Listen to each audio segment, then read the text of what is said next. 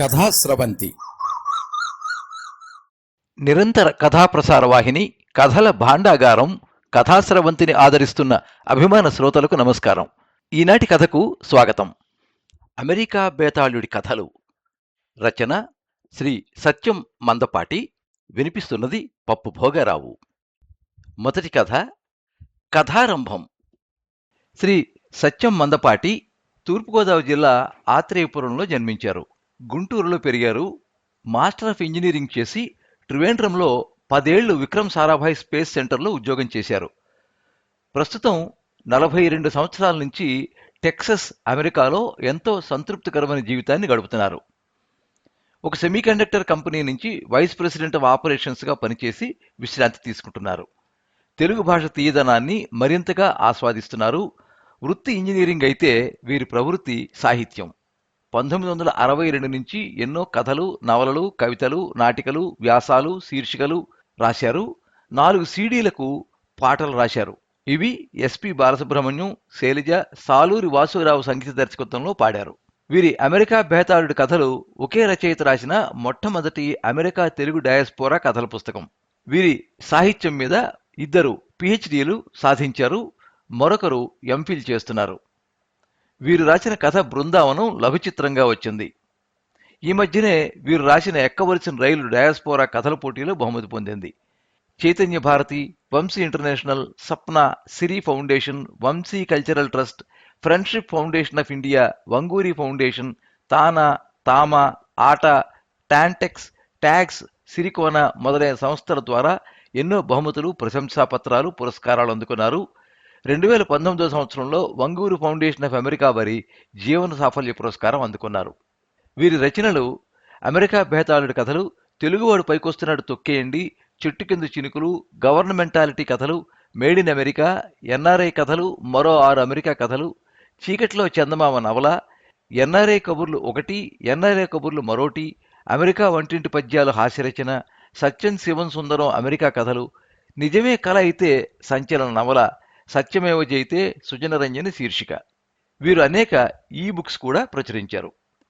1994 సంవత్సరంలో అమెరికా బేతాళుడి కథలు సీరియల్ రచన మాసపత్రికలో ప్రచురించినప్పుడే అందరినీ ఆకట్టుకుంది. తర్వాత పుస్తక రూపం దాల్చి ఇప్పటికి 32 ఏళ్లు పైగా అయింది. ప్రచురించిన 2 ఏళ్లలోపే అన్ని కాపీలు అమ్ముడుపోతే వెంటనే 2వ ముద్రను కూడా వేశాం. అవి కూడా దరిమిలా అన్ని కాపీలు అమ్ముడుపోయాయి. అయినా ఎంతోమంది సాహితీ ప్రియులు ఇంకా ఈ పుస్తకం కోసం ఈ రోజుల్లో కూడా అడుగుతున్నారు. అంటే నాకే ఆశ్చర్యంగా ఉంది. అమెరికా బేతాళుడు ఇన్నాళ్లైనా ఇంకా అందరి హృదయాలలోనూ నిలిచి ఉండడం నాకెంతో సంతోషాన్ని ఇస్తున్నది అంటారు అమెరికా బేతాళుడి కథలు రచయిత శ్రీ సత్యం మందపాటి. అమెరికా బేతాళుడి కథలు రాసిన రోజుల్లో అమెరికాలో భారతీయులే చాలా తక్కువ, అందులో తెలుగు వాళ్ళు మరీ తక్కువ. ఈ పుస్తకం చదువుతున్నప్పుడు ఆ రోజుల్లో అమెరికాలో మన జీవితానికి ఇప్పటికీ ఉన్న తేడాలు కొన్ని స్పష్టంగా కనిపిస్తాయి. ఒక విధంగా చూస్తే ఆ తరాల అంతరాలు కూడా మన డయాస్పోరా చరిత్రకి పనికొచ్చేవే. చెన్నైలోనూ, హైదరాబాద్లోనూ అమెరికన్ కాన్సులేట్ దగ్గర కొందరి చేతుల్లో ఈ పుస్తకాలు ఉన్నాయని, దీన్ని అమెరికా వెళ్లేవారు చాలామంది ఒక గైడ్లా వాడుతున్నారని ఎంతోమంది మిత్రులు చెప్పారు. అమెరికా బేతాళుడికి అంతకన్నా సార్థకత ఏముంది అంటారు సత్యం మందపాటి. ప్రవాసాంధ్రుల మనసుల్లో ప్రతిరోజు కల్లోలం రేపే సమస్యలు, అసలు మన దేశం వదిలి ఎందుకు వెళ్ళాం, అక్కడ ఏం చేస్తున్నాం, మళ్ళీ వెనక్కి వస్తామా, ఇవన్నీ సులభమైన ప్రశ్నలే. కానీ సమాధానాలు ఈ అమెరికా బేతాళుడి కథలు వింటే కనీసం కొంతవరకు దొరుకుతాయేమో. చదువుల దృష్ట్యా, ఉద్యోగాల రీత్యా అమెరికా వచ్చే వారికి కొన్ని సలహాలు, కొంత మార్గదర్శకత్వం ఇవ్వాలని కూడా ఈ కథలలో ప్రయత్నం జరిగింది. అమెరికా అంత గొప్ప దేశం అవటానికి ఉన్న చాలా కారణాల్లో భారతీయులు లాంటి ఇమిగ్రెంట్లు కూడా కారణం అయినప్పుడు ఇంత తెలివిగల మనం మన దేశాన్ని ఎందుకు దిద్దుకోలేకపోతున్నామా, ప్రగతి పదంలో అనుకున్నంత వేగంగా ఎందుకు ముందుకు సాగలేకపోతున్నామా అన్న ఆవేదన కూడా కొన్ని కథల వెనక ఉంటుంది. అమెరికాలోని ప్రజలు దేశాన్ని, ప్రభుత్వాన్ని ఎలా సక్రమంగా నడిపిస్తున్నారో చెప్పినందువల్ల ఆ పద్ధతిని మన వాళ్ళకి అర్థమయ్యి అవలంబించే అవకాశం వస్తుందనే ఆశ కూడా కనిపిస్తుంది కథల్లో. ఏ దేశము గొప్పదని కానీ, ఎవరిని కించపరచడానికి కానీ కాదు ఈ కథలు రాసింది. మా పిల్లలకు నేను చెబుతూ ఉంటాను, మీరు 2 గొప్ప దేశాల సంస్కృతులు, జీవితం చూస్తున్నారు. ఈ రెంటిలోనూ ఉన్న గొప్పతనాన్ని గ్రహించి అవలంబించితే జీవితాలు విజయవంతం అవుతాయి అని అంటూ ఉంటారు. అదే ఈ అమెరికా భేతాళుడి కథలలో చెప్పడానికి ప్రయత్నించారు సత్యం మందపాటి.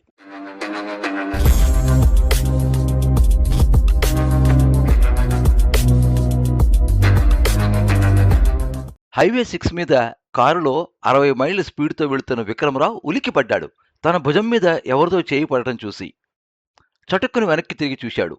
అతను నవ్వుతూ హిహిహిహిహి హాయ్ అన్నాడు. కారు 4 తలుపులు గట్టిగా వేసి తాళం వేసి తనొక్కడే బయలుదేరాడు.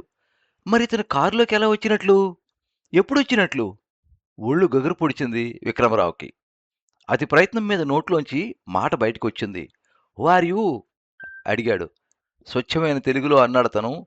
నేనా నా పేరు అమెరికా బేతాళుడు హిహిహిహిహిహిహి.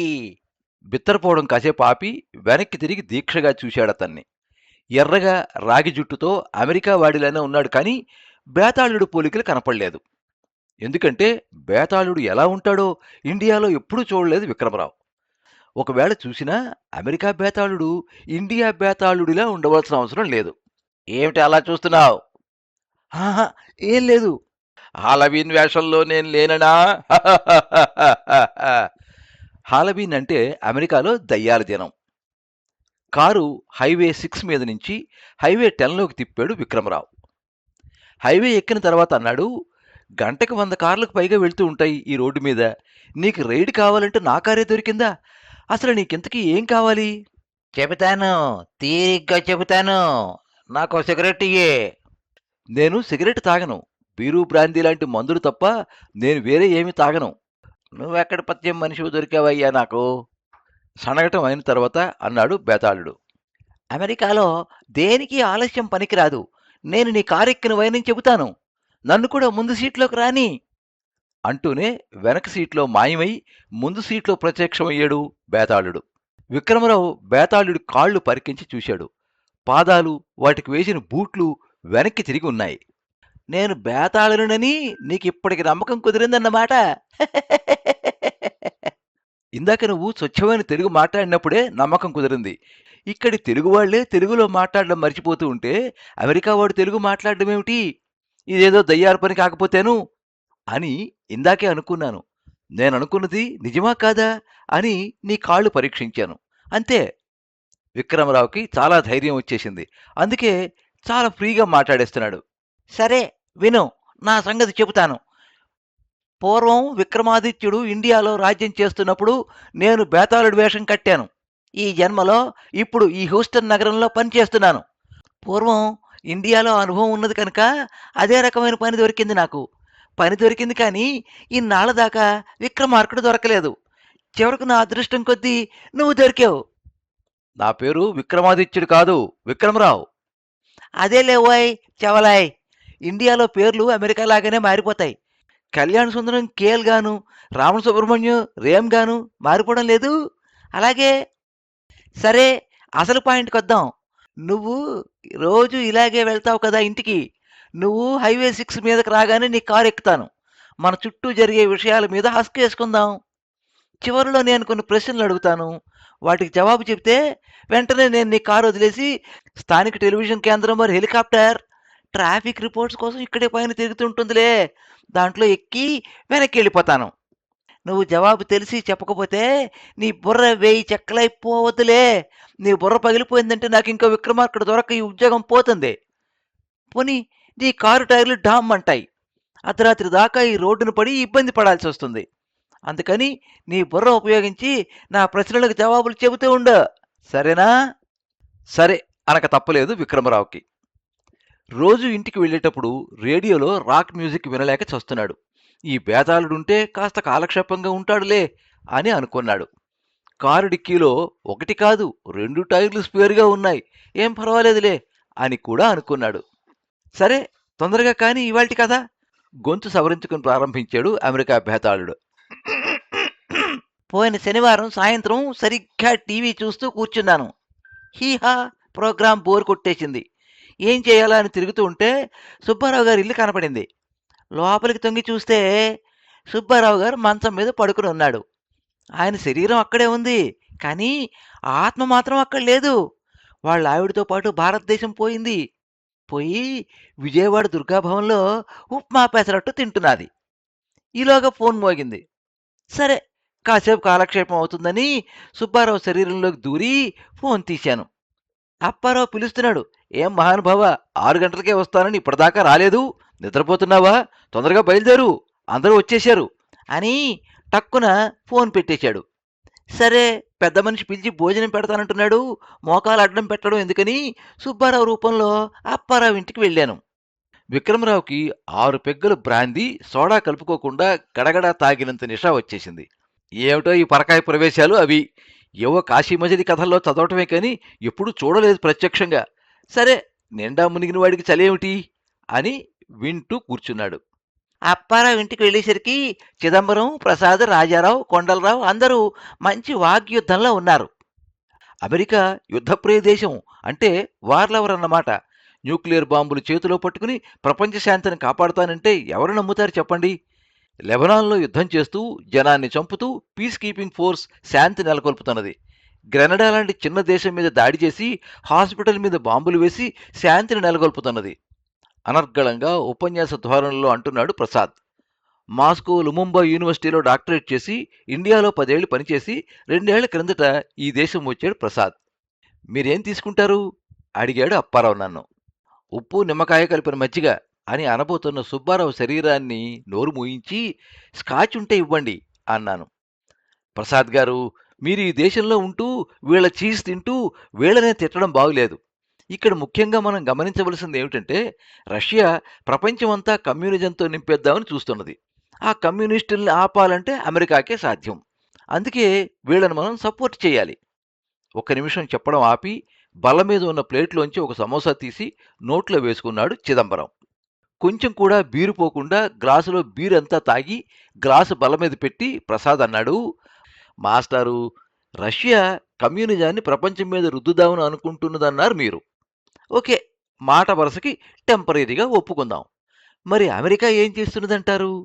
క్యాపిటలిజాన్ని ప్రపంచం మీద రుద్దుతోంది. ప్రతి కాంటినెంట్లోనూ కొన్ని దేశాలను తన చేతిలో పెట్టుకుందామని చూస్తున్నది. ఆనాటి హిట్లర్ జర్మనీకి, ఈనాటి అమెరికాకి తేడా ఏమిటి చెప్పండి? రాజారావు లేచి వెళ్లి తన గ్లాసు నిండా స్కాచ్ నింపుకుని వచ్చి వింటూ కూర్చున్నాడు. కొండలరావు ఆలోచిస్తున్నాడు. రష్యా, అమెరికాల గురించి కాదు. ఆఫీసులో బాస్ ఇవాళ అంత మాట అన్నాడే, వాణ్ణి రేపు ఏం చేయాలా అని ఆలోచిస్తూనే ఉప్పు వేసిన జీడిపప్పు తింటూ వింటున్నట్టు నటిస్తూ కూర్చున్నాడు. మీరు క్యాపిటలిజం అన్నారే, దాన్ని ఈ దేశంలో ఫ్రీడమ్ అంటారు. మన మనసులో ఉన్న మాట ధైర్యంగా పైకి చెప్పవచ్చు ఈ దేశంలో. అక్కడ నోరు విప్పితే నోటిని, మనిషిని కూడా మూసేస్తారు కదండి. మనిషికి తిండి, బట్ట లేకపోయినా పర్వాలేదు కానీ స్వతంత్రం లేకపోతే మాత్రం బతకడం అనవసరం అన్నాడు కదండి. అబ్రహాం లింకనా, ఎడ్గార్ ఎలెన్ పోనా? ఎవరు అన్నది? చిదంబరం అమెరికాలో ఇంజనీరింగ్ చదివాడు. పెద్దగా నవ్వాడు ప్రసాద్. లింకను కాదు, షేక్స్పియరు కాదు, జేమ్స్ బాండ్ అన్నాడు. ఎవడైతే ఏమండి, బయాస్డ్ అభిప్రాయాలు ఉన్నవాళ్ళు అలాగే అంటారు. అందరూ అన్నారని అనుకుంటారు. కానీ అసలు నిజం ఏమిటో తెలుసా? జపాన్ వాడు ప్రపంచంలో దాదాపు అన్ని రంగాల్లోనూ ప్రథమ స్థానంలో ఉన్నాడు. ఎలక్ట్రానిక్స్, స్టీల్ షిప్పింగ్, కార్లు, హెవీ ఇండస్ట్రీ, గడియారాలు, ఆప్టిక్ కెమెరాలు, యు నేమ్ ఇట్, అన్నీ వాడివే. అమెరికాలో కూడా జపాన్ వస్తువులకు ఉన్న విలువ, గిరాకీ అమెరికా వస్తువులకు లేదు. ఎక్కడికి పోయినా Sony TV, Panasonic video, Akai stereo, Toyota car, Seiko watch, Canon camera. America వాళ్ళకి ప్రపంచ వ్యాపార రంగంలో ఇక మిగిలింది యుద్ధ పరికరాలు, విమానాలు. అవి ఎంతగా అమ్మితే వీళ్ళ ఆర్థిక పరిస్థితి అంత బాగుంటుంది. ప్రపంచమంతా శాంతి ఉంటే అమెరికా ఆర్థికంగా దెబ్బతింటుంది. అందుకే ఇండియా మీదకు పాకిస్తాన్ని, లెబనాన్ మీదకి ఇజ్రాయెల్ని, వీడి పిలక వాడికి, వాడి పిలక వీడికి ముడివేయడం, యుద్ధ పరికరాలు అమ్ముకోవడం. జపాన్ వాడిది కన్జ్యూమర్ ఓరియంటెడ్ ఎకానమీ, అమెరికా వాడిది వార్ ఓరియంటెడ్ ఎకానమీ. ప్రసాద్ అలసిపోయి ఒక్క క్షణం ఆగాడు. కొండలరావు వచ్చే లాంగ్ వీకెండ్కి ఏ ఊరు వెళదామా అని ఆలోచిస్తూ ప్రసాద్ తన వైపు చూడడం గమనించి వింటున్నట్టు మర్యాదగా తల ఊపి వినకుండా ఆలోచిస్తూ కూర్చున్నాడు. రాజారావు లేచి వెళ్ళి గ్లాసు నిండా మళ్లీ సోమరసం పోసుకుని వస్తూ వస్తూ గుప్పిడి జీడిపప్పు తెచ్చుకుని తింటూ కూర్చున్నాడు. మీరు చెప్పిన వాటిల్లో చాలా వరకు నిజాలు కాదు. అమెరికాలో ఉన్న హై టెక్నాలజీ జపాన్‌లో ఎక్కడ ఉంది? కంప్యూటర్స్‌లో అమెరికా. అప్పారావు భార్య అలివేలొచ్చింది. ఇక భోజనాలు చేద్దామా? అని. ప్రతివారం వినే భాగవతం మళ్ళీ వినడానికి ఇష్టం లేక పక్క గదిలోకి వెళ్ళిపోయింది. అక్కడ ఇండియన్ శారీ ప్యాలెస్‌లో కొత్తగా వచ్చిన జపాన్ చీరల గురించి కూలంకషంగా శిఖరాగ్ర చర్చల రామాయణం జరుగుతోంది మరి. అప్పారావు భార్య గిరి గీచిన గీత దాటకుండా జాగ్రత్తగా నుంచుని "రెండుసారి భోంచేద్దాం" కొండలరావు సుబ్బారావు రూపంలో ఉన్న నాతో అన్నాడు. "సుబ్బారావు గారు, మీరు చెప్పండి. అమెరికా గొప్పదనాన్ని చాటే చిదంబరంతో మీరు ఏకీభవిస్తారా? రష్యాని పొగుడుతూ అమెరికాని తిట్టే ప్రసాద్‌తో ఏకీభవిస్తారా?" చిదంబరం, ప్రసాద్ ఇద్దరూ నా వైపే చూస్తున్నారు నేనేం చెబుతానా అని. నేను జవాబు ఏం చెబుదామా అని ఆలోచన ప్రారంభించబోయేసరికి రాజారావు లేస్తూ అన్నాడు, "తీరిగ్గా ఆలోచిస్తూ ఉంటే అక్కడ పూరీలు అయిపోతాయి. ముందు తిందాం పదండి. తర్వాత చూద్దాం అమెరికా రష్యా రాజకీయాలు" అని డైనింగ్ టేబుల్ కేసి నడిచాడు. కథ చెప్పడం ఆపాడు బేతాళుడు విక్రమరావు కారు స్టాప్ సిగ్నల్ దగ్గర ఆపడం చూసి. "ఓ, అప్పుడే మీ ఇంటి దగ్గరకు వచ్చేస్తున్నామే. సరే మరి, నా ప్రశ్నకు జవాబు చెప్పు. నా పరిస్థితిలో నువ్వే ఉంటే ఎవరితో ఏకీభవిస్తావు? తెలిసి జవాబు చెప్పకపోతే..." "మరీ అలా రావు గోపాలరావులా బెదిరించకు. నాకు జవాబు తెలుసు. నాకు తెలుసునని నీకు తెలుసునని కూడా నాకు తెలుసు. నేను చిదంబరంతోనూ ఏకీభవించను, ప్రసాద్తోనూ ఏకీభవించను. రాజారావుతో ఏకీభవిస్తాను. రాజారావు వచ్చింది పార్టీకి. శుభ్రంగా కడుపు నిండా తాగాడు, సుష్టిగా తిన్నాడు. రష్యా అమెరికాల జోలికి పోకుండా పూరీలు బాదం హల్వాల గురించి ఆలోచించాడు. అదే ప్రాక్టికల్ అప్రోచ్ టు..." విక్రమరావు చెప్పడం పూర్తి కాకుండానే అమెరికా బేతాళుడు కారు సీట్లో మాయమై "బాయ్" అని అరుస్తూ పైకెగిరి స్థానిక టెలివిజన్ కేంద్రం వారి ట్రాఫిక్ గురించి వార్తలు చెప్పే నిమిత్తం పైన తిరుగుతున్న హెలికాప్టర్ ఎక్కి అంతర్ధానమయ్యాడు.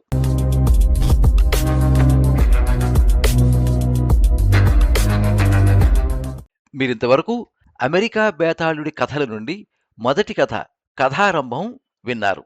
రచన శ్రీ సత్యం మందపాటి. వినిపించినది పప్పు భోగారావు.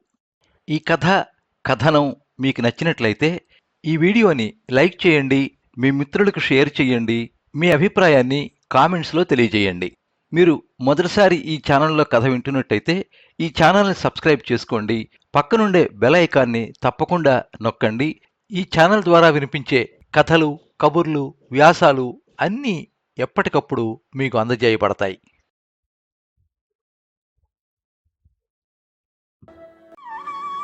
సర్వే జనాః సుఖినో భవంతు. కథా స్రవంతి